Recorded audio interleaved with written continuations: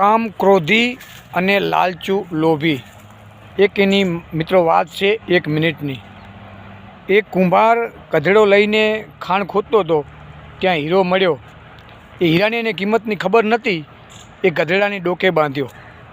એનો હીરો ઝવેરી સામે મળ્યો તો એને ગધેડાને હીરે બાંધે હીરો જોઈ લીધો અને કહેવા માંડ્યો કે આ તારે 25 રૂપિયામાં વેચવો છે, 50માં વેચવો છે, 70માં 80માં વેચવો છે। એને ના પાડી કે 100 સિવાય નથી વેચવાનો, તો એને 100માં ન લીધો, આગળ જતો રહ્યો। અને પાછી બીજો ઝવેરી આવ્યો, એને કીધું કે આ તારે આ હીરો વેચવો છે કે 50 રૂપિયા આપું? ના, કે 100 સિવાય 99 રૂપિયા નહીં, 100 રૂપિયા।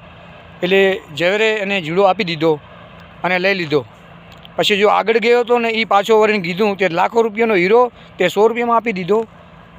એટલે મિત્રો આ કહેવત છે કુદરતની કે લાલચુ લોભી અને કામ ક્રોધી। જય માતાજી।